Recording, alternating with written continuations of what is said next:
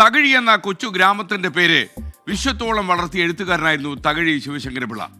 അദ്ദേഹത്തിന് പുതിയ എഴുത്തുകാരോടും അവരുടെ രചനകളോടും വല്ലാത്ത താല്പര്യമായിരുന്നു. അദ്ദേഹം എപ്പോഴും പുതിയ എഴുത്തുകാരെ പ്രോത്സാഹിപ്പിക്കുമായിരുന്നു. എന്തെങ്കിലും അവരുടെ രചനകളിൽ തെറ്റൊക്കെ കണ്ടു കഴിഞ്ഞാൽ തന്നെ സ്നേഹത്തോടെയും ക്ഷമയോടെയും അദ്ദേഹം അവരെ ഉപദേശിക്കുമായിരുന്നു. ഒരിക്കൽ ഒരു യുവ എഴുത്തുകാരൻ തൻ്റെ ആദ്യ നോവലുമായിട്ട് തകഴിയെ കാണാൻ ചെന്നു. ആടിമുടി പ്രശ്നമായിരുന്നു ആ രചനയിൽ. മൊത്തം തെറ്റുകളും പോരായ്മകളും ഒക്കെ ഉണ്ടായിരുന്നു. പല പ്രശസ്ത എഴുത്തുകാരും ആ നോവലിനെ നന്നായി വിമർശിച്ചു, തള്ളിക്കളഞ്ഞു, എടുത്ത് കൊട്ടയിലിട്ടു, നിനക്ക് എഴുതാൻ അറിയില്ല എന്നൊക്കെ പലരും വിമർശിച്ചു. എന്നാൽ ഒരിക്കൽ ഈ തകഴിയുടെ അടുത്ത് ഈ രചനയുമായി എഴുത്തുകാരൻ ചെന്നു. അത് ആ നോവൽ മുഴുവനും വായിച്ചു. മറ്റുള്ളവരെല്ലാം കുറ്റം പറഞ്ഞ ആ നോവൽ അദ്ദേഹം കുറ്റങ്ങൾ എണ്ണി പറഞ്ഞില്ല എന്ന് മാത്രമല്ല, ആ നോവലിലെ നല്ല വശങ്ങളെ അദ്ദേഹം ആദ്യം പ്രശംസിച്ചു. നന്നായിരിക്കുന്നു, ഇത് കൊള്ളാം, അത് കൊള്ളാം എന്നൊക്കെ പറഞ്ഞു. അതിലെ കഥാപാത്രങ്ങളുടെ സൃഷ്ടിയെക്കുറിച്ചും അതിലെ ആശയ അവതരണത്തെക്കുറിച്ചുമൊക്കെ തകഴി വാചാലനായി.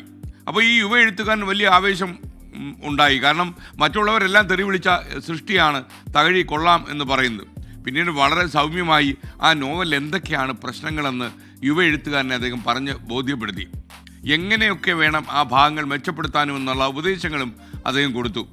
തകഴിയുടെ ഈ സമീപനം കൊണ്ട് ആ എഴുത്തുകാരൻ വലിയ ആവേശമായി. മാത്രമല്ല, അയാൾക്കത് വലിയൊരു പ്രചോദനമായി. തൻ്റെ നോവലിൽ പരിമിതികളും കുഴപ്പങ്ങളും ഉണ്ടെന്നും അയാൾക്ക് ബോധ്യപ്പെട്ടു. അതൊക്കെ തിരുത്തി നേരെയാക്കണമെന്നും അയാൾ തീരുമാനിച്ചു. മറ്റുള്ളവരുടെ വിമർശനങ്ങൾ അയാളെ വളരെ നിരാശനാക്കുകയാണ് ചെയ്തത്. എന്നാൽ തകഴിയുടെ പ്രശംസ നിറഞ്ഞ വിമർശനങ്ങൾ അദ്ദേഹത്തെ പ്രോത്സാഹിപ്പിച്ചു.